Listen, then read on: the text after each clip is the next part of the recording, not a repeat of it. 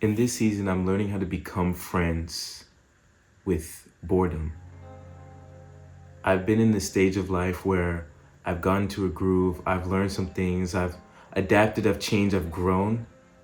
I've seen some success like I talked about before, but I have this urge to rip apart the systems that got me to where I am and reinvent the wheel. And as I went through that process of reinvention, I quickly saw that I stopped seeing the results I was seeing from what I did before. And I had to reconcile where that desire came from. Was it because I needed to upgrade, update, or change what I was doing? Or was it truly because I was not comfortable continuously doing the things that I know worked? Thinking that the evolution and the change of the system was what inherently increased the capabilities of the success I could achieve. And I quickly saw that distraction from the desire to change is exactly what kept me stuck at the point. It is what caused the plateau.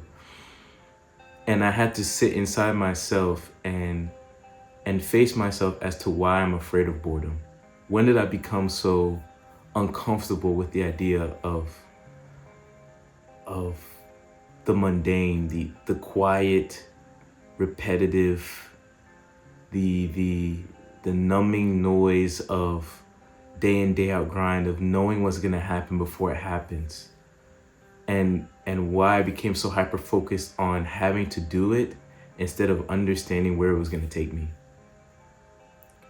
And I think that came in, I think I was deceived by the idea that constant motion and movement and change and variability and I guess a level of instability in process, in learning, was inherently part of the process.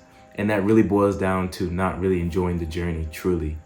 And maybe I was enjoying the journey up to a point, and I know I've talked about in the past about understanding that it's not about the destination, but more about getting where you go along the way. But I think as I got somewhere, I wanted to think as I got somewhere, I thought there was somewhere else to go. But I was still on the journey. And the moment I thought the journey had stopped and a new one started, I thought I needed to change things. And I found this was wrong. I found that all I've done is prolong the process to get to the true destination, which was remapping my brain to realize that there is no destination. And as long as I don't reconcile that desire to get somewhere, I will consistently be stuck somewhere else that is not the place of progress. And I desire progress. I desire the growth and the change, not from a place of reaching a mountaintop, but knowing that the mountain's peak must always go higher. The level, the bar must always be raised. But I actually have to believe, and I actually have to chase as if the bar is actively running away from me.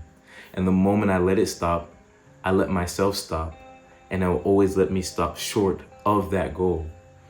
And I think that goes to the point of, we talk about if you reach the mountaintop, the only way,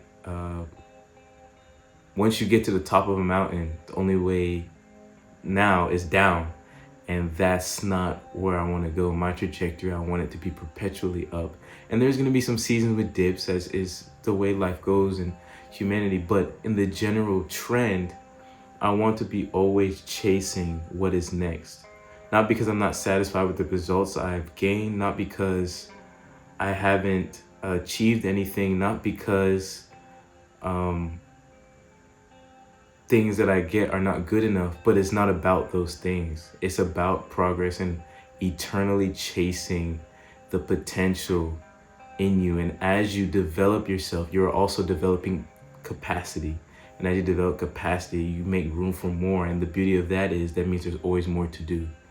And if I'm always growing, I'm always increasing, the goal and the things and the ideas and the creativity and the expression must increase to fill that space, to fill the cup. The desire is to make it overflow so people can benefit from that overflow. If I continue to develop myself in a certain way, people can benefit from the overflow of my development. And if I let myself stop that journey, my cup will at some point stop being filled, which means I will then run out of sustenance to sustain myself and others. And that's not where I want to be. So that's something I've been grappling with and talking to God about and reflecting in the mirror about where I've been going wrong and how I want to adjust myself. And it's been a rewarding process to see and to actually come face to face with actually putting pen to paper on how I'm gonna go back to the basics. Go look back at what I used to do that got me here and actually sticking to that.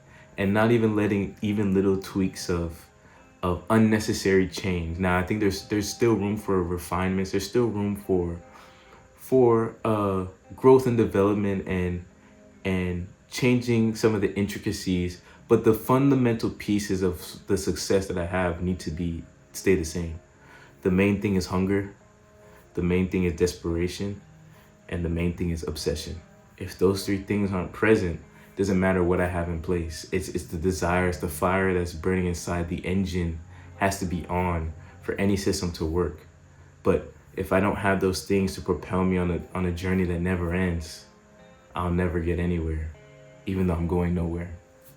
It's rewarding to get to a place in life where you look at your struggles not as shortcomings, but as opportunities for even more growth. And I'm enjoying learning this part of growth, and I'm excited to see me reach the original goals I have alongside the new goals that I've put for myself, and continuing on and raising the bar and finding the peak that I will never reach figuratively one day. So just going to keep pushing, keep pressing, and seeing how much capacity I can grow in this season and every season going forward.